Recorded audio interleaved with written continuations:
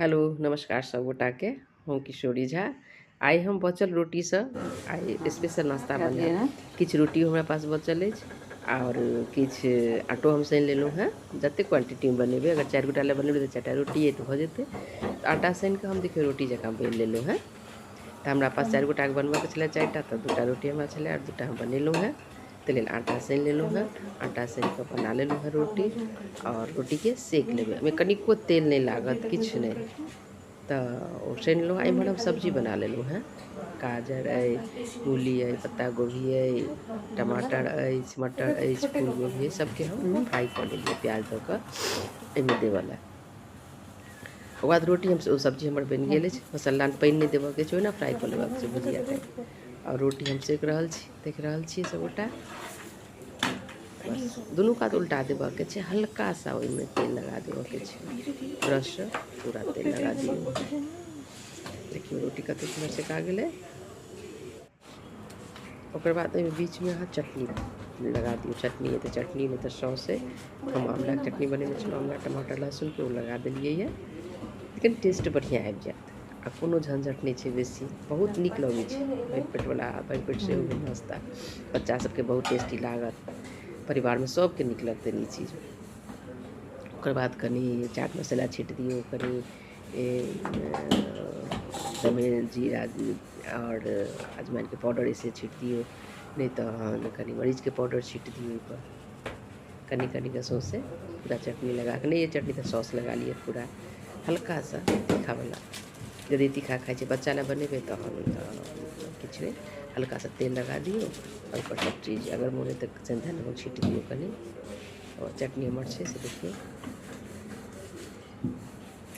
ओकर बाद बीच जतऽ हम चटनी बीच में जेना डोसा में दै छै मसाला, तहिना ई मसाला धऽ दियौ। देखियौ पत्ता गोभी छै, गाजर छै, मटर छै, टमाटर, एकर सबके धऽ दियौ खूब सुंदर से।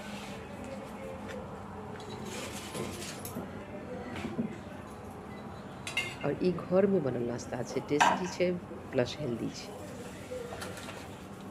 तो सब गोटा बनाओ और सब गोटा नाश्ता करू साँझ में। ओ जिनका घर में 4 गोटा छथिन स्वाभाविक छै 1टा 2टा रोटी बचिए जाइ छै। बचले रोटी तो और बढ़िया, किछु बेसी कढ़े के नहीं काज है। रोटी नहीं बचल है तो अहाँ बना लिअ। तो ओकर बाद अहाँ दऽ दियौ, ओकर बाद अहाँ सॉस दऽ दियौ, मीठा सॉस केचप जे छै से। जिनका पसंद छै ओ तीखावला सॉस मिर्ची वाला अबै छै कनिका सब तरह के। तो धियापुता सबके घरे पसंद छै, तो हम सब तरह के सॉस रखने छी। 3 तरह के सॉस है, बस भऽ गेलै। आब एकरा देखियौ मोड़ऽ के कनी तरीका, पहले एना के मोड़ि लिअ, एतबा दुनू साइड से मोड़ि लिअ। ओकर बाद देखियौ कते बढ़िया से मोड़ा गेलै। इएह चीज जे बाजार में दै छै पैकेट तऽ कते महंगा देत और अनहेल्दी। कखन के मसाला बनत, कखन के सब्जी बनत, कखन के रोटी बनत। और देख लियौ फॉइल पेपर अछि, रहिते छै घर में, जकरा बच्चा छै ने स्कूल जाय लेल, ओकरा देखियौ एना के बना लिअ। राखि लियौ, कतेक सुंदर छै से देखियौ। एना कऽ कऽ जे अछि अहाँ पास जतेक बनाएब अहाँ।